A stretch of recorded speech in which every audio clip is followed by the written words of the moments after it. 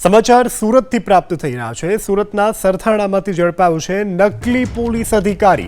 વિજિલન્સમાં પીએસઆઈની ઓળખ આપનાર શખ્સ પોલીસ પકડમાં। પોલીસની સામે પીએસઆઈની ઓળખ આપતા ભાંડો ફૂટી ગયો છે। બે શખ્સોને છોડાવવા ભલામણ કરવા જતા पर्दाफाश થયો છે।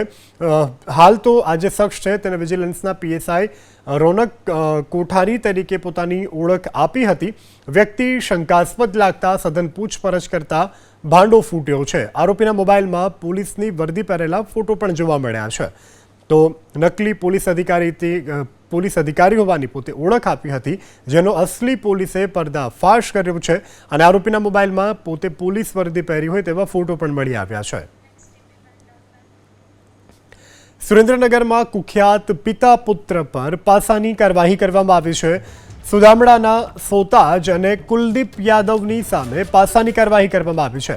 બંને સામે ખનીજ ખનન સહિતના નોંધાયેલા છે અનેક ગુના। તો આ બંનેની સામે કાર્યવાહી કરવામાં આવી છે। સુરેન્દ્રનગરથી સમાચાર કે જ્યાં કુખ્યાત પિતા પુત્ર ઉપર પાસાની કાર્યવાહી, સુદામડાના સોતાજ અને કુલદીપ યાદવની સામે પાસાની કાર્યવાહી કરવામાં આવી છે। બંનેની સામે ખનીજ ખનન સહિતના નોંધાયેલા છે અનેક ગુના।